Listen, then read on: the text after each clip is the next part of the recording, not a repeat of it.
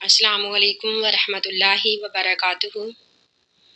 نحمدہ ونصلی علی رسولہ الکریم، اما بعد فاعوذ باللہ من الشیطان الرجیم، بسم اللہ الرحمن الرحیم۔ ربی اشرح لی صدری ویسر لی امری واحلل عقدۃ من لسانی لیفقہوا قولی۔ اللہ تعالیٰ قرآن پاک میں فرماتے ہیں وَإِذْ یعیدکم اللہ، وائس اور اس وقت کو یاد کرو اے مسلمانوں، یعیدکم اللہ، یعیدکم وعدہ دے رہا تھا تم کو اللہ تعالیٰ، احدی طائفتین، احدی ایک گروہ کا، طائفتین دو گروہوں میں سے، طائفتین یہ تثنیہ کا صیغہ ہے، یعنی اس وقت کو یاد کرو جب اللہ تعالیٰ تمہیں دو گروہوں میں سے ایک کا وعدہ دے رہا تھا، انہا بے شک وہ گروہ لاکم تمہارے لیے ہے، یعنی اللہ تعالیٰ نے مسلمانوں سے یہ فرمایا تھا کہ مسلمانوں تمہیں دو گروہوں میں سے ایک ضرور ملے گا، تجارتی قافلہ یا پھر لشکر قریش، وَتَوَدُّونَ اور تم چاہتے تھے، اللہ تعالیٰ فرماتے ہیں کہ تم چاہتے تھے، انا بے شک غیر ذاتی شوکتی کے بغیر کانٹوں والا، ذاتی شوکتی کے معنی کانٹے والا، لیکن یہاں پر انا غیر ذاتی شوکتی کے بے شک غیر اسلحے والا، یعنی وہ گروہ جو بغیر اسلحے کے ہے، تو کون ہو جائے لاکم تمہارے لیے، یعنی بعض مسلمان یہ چاہتے تھے کہ ہمارا مقابلہ تجارتی قافلے سے ہو، یعنی ابو سفیان کے تجارتی قافلے سے ہو، وَيُرِيدُ اللَّهُ اور چاہتا تھا اللہ تعالیٰ ان یحق الحق، ان یحق یہ کہ ثابت کرے الحق حق کو بھی کلماتی ہی اپنے کلمات کے ساتھ، وَيَقْطَعَ اور کاٹ دے دابیرہ جڑ الکافرین کافروں کی، لیکن اللہ تعالیٰ کی مرضی یہ تھی کہ مسلمانوں کا مقابلہ لشکر قریش سے ہو، یعنی ابو جہل کے لشکر سے، تاکہ اللہ تعالیٰ کافروں کی قوت اور طاقت کو ختم کر دے، تاکہ اللہ تعالیٰ حق کو ثابت کر دے اور باطل کو باطل، لیحق الحق تاکہ ثابت ہو جائے حق، ویبطل اور باطل کر دکھائے اللہ تعالیٰ الباطل باطل کو، ولو اور اگرچہ کاریہ ناپسند سمجھے اس کو المجرمون مجرم، یعنی اللہ تعالیٰ فرماتے ہیں کہ اللہ تعالیٰ کی مرضی تو یہ تھی کہ اللہ تعالیٰ مسلمانوں کو فتح دے، مسلمانوں کو غلبہ دے، جس کی وجہ سے کافروں کی طاقت اور کافروں کا غرور مٹی میں مل جائے، اس وقت کے تستغیثون جب تم فریاد کر رہے تھے، اللہ تعالیٰ فرماتے ہیں اس وقت کو یاد کرو، تستغیثون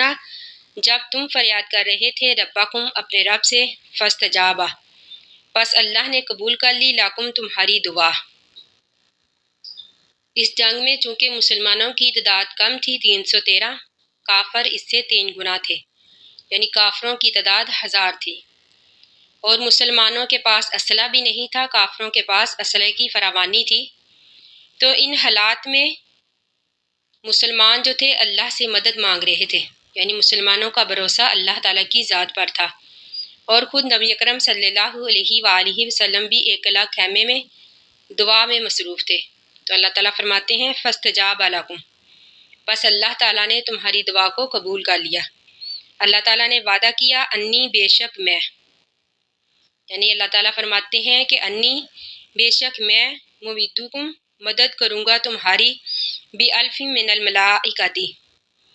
بِأَلْفٍ 1000 من الملائکتی فرشتوں سے، یعنی اللہ تعالیٰ نے یہ وعدہ کیا کہ اللہ تعالیٰ مسلمانوں کی مدد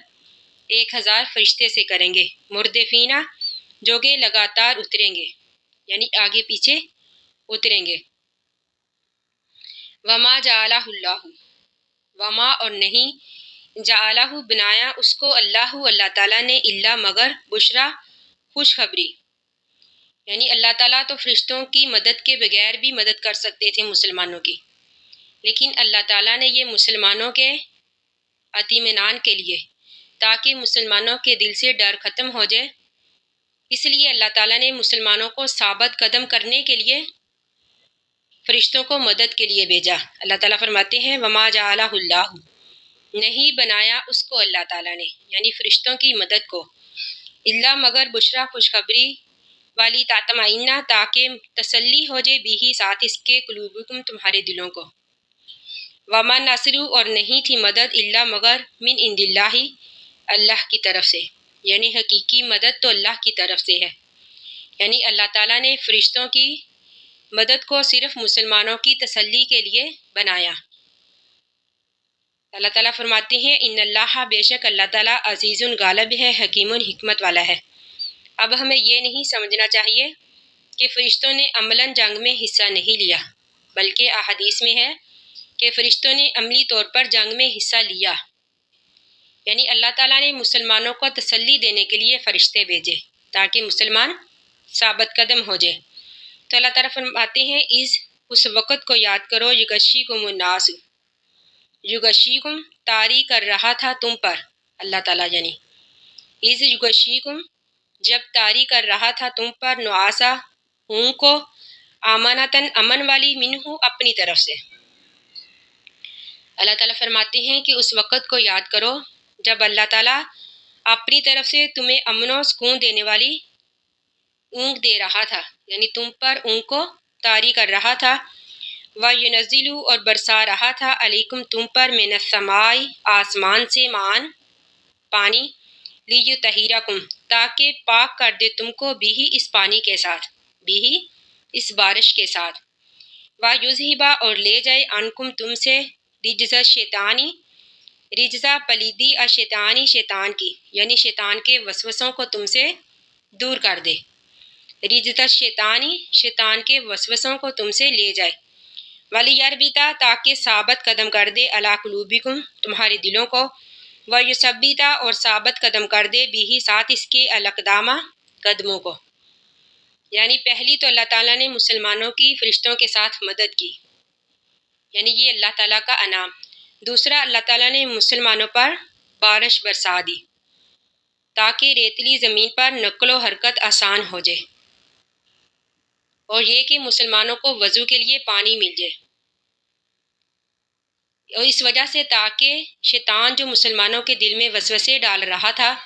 کہ تم کیسے ایمان والے ہو کہ پانی سے محروم ہو، یعنی تم پیاسے ہو اور کافر لوگ پانی سے سیراب ہو رہے ہیں، یعنی اللہ تعالیٰ نے یہ بارش اس لیے برسائی تاکہ اللہ تعالیٰ تم سے شیطان کے وسوسوں کو دور کر دے، یعنی شیطان جو وسوسے ڈال رہا تھا مسلمانوں کے دل میں تاکہ وہ ختم ہو جائے۔ دوسرا اللہ تعالیٰ فرماتے ہیں وَلِيَرْبِطَ عَلَىٰ قُلُوبِكُمْ تاکہ اللہ تعالیٰ تمہارے دلوں کو اور تمہارے قدموں کو ثابت قدم کر دے۔ اس وقت کو یاد کرو یوحی ربو کا جب وحی کر رہا تھا تیرا رب الی الملائکتی فرشتوں کی طرف، انی بے شک میں معکم تمہارے ساتھ ہوں، فثبتوا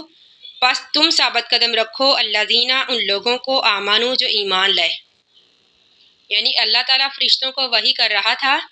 کہ تم ایمان والوں کو ثابت قدم رکھو، بے شک میں تمہارے ساتھ ہوں، سألقی عنقریب میں ڈال دوں گا، یہاں پر سا کا معنی عنقریب، القی متکلم کا صیغہ، سألقی عنقریب میں ڈال دوں گا فی قلوب الذین ان لوگوں کے دلوں میں کافروا جنہوں نے کفر کیا روبا روب، یعنی یہ اللہ تعالیٰ نے فرشتوں کے ذریعے سے اور اپنی رحمت سے جو مسلمانوں کی مدد کی، اس آیت میں اس کا ذکر ہے۔ اللہ تعالیٰ نے فرمایا کہ اے فرشتوں تم ایمان والوں کو ثابت قدم رکھو اور میں کافروں کے دلوں میں اپنا رعب ڈال دوں گا، فَأَضْرِبُوا پس مارو فوق العناقِ کافروں کی گردن کے اوپر، یعنی یہ اللہ تعالیٰ نے فرشتوں کو حکم دیا، فَأَضْرِبُوا پس مارو فوقا اوپر العناقِ گردنوں کے، وَأَضْرِبُوا مارو منہم ان کے کُلَّ بنان ہر جوڑ جوڑ پر، کُلَّ بنان ہر پور پر، یعنی ہاتھوں اور پیروں کے اطراف یعنی کناروں پر مارو تاکہ وہ مزور ہو جائے، اس طرح وہ ہاتھوں سے تلوار چلانے کے قابل نہ رہے اور پاؤں سے دوڑنے کے قابل نہ رہے۔ ذالک یہ بِأَنَّهُمْ اس وجہ سے شاقوا اللہ، شاقوا انہوں نے مخالفت کی اللہ کی و رسولہ اور اس کے رسول کی، یعنی یہ اللہ تعالیٰ نے فرشتوں کو اس لیے حکم دیا یعنی مارنے کا ہاتھوں اور پیروں پر، اور مسلمانوں کی مدد اللہ تعالیٰ نے اس لیے کی کیونکہ کافروں نے اللہ اور اللہ کے رسول کی مخالفت کی تھی، تو اللہ تعالیٰ فرماتے ہیں وَمَن یُشَاقِقِ اللَّهَ، وَمَن یُشَاقِق، جو کوئی مخالفت کرے گا اللہ کی و رسولہ اور اس کے رسول کی، فَإِنَّ اللَّهَ، پس بے شک اللہ تعالیٰ شدید العقاب، سخت سزا دینے والا ہے۔ یعنی جو بھی اللہ اور اللہ کے رسول کی مخالفت کرے گا اللہ تعالیٰ ان کو ایسے ہی سزا دے گا۔ ذالکم، یہ فذوقوہ، پس چکھو اس کو، ذالکم یہ سزا، اللہ تعالیٰ نے فرمایا یہ سزا تم چکھو، ورنہ اور بے شک للکافرین، کافروں کے لیے عذاب الناری، عذاب ہے الناری، آگ کا۔ اللہ تعالیٰ نے فرمایا کہ دنیا میں تو یہ تمہارے لیے رسوائی ہے ہی، یعنی یہ سزا تمہیں دنیا میں بھی ملے گی اور آخرت میں بھی جہنم تمہارا ٹھکانہ ہوگا۔ یعنی دنیا میں بھی ذلت اور رسوائی، دنیا میں بھی تم اسی طرح سزا پاؤ گے اللہ تعالیٰ کی نافرمانی کرنے کی وجہ سے، اور آخرت میں بھی جہنم جو ہے وہ تمہارا ٹھکانہ ہوگا۔ یعنی کن لوگوں کا؟ ان لوگوں کا جو اللہ اور اللہ کے رسول کی مخالفت کریں گے، تو ایسے لوگوں کا ٹھکانہ جو ہے وہ جہنم ہے۔ اللہ تعالیٰ سے دعا ہے کہ ہم نے جو بھی پڑھا اللہ تعالیٰ ہمیں اس کو سمجھنے اور اس پر عمل کرنے کی توفیق عطا فرمائے۔ آمین ثم آمین۔ آخر دعوانا ان الحمد للہ رب العالمین۔ السلام علیکم ورحمۃ اللہ وبرکاتہ۔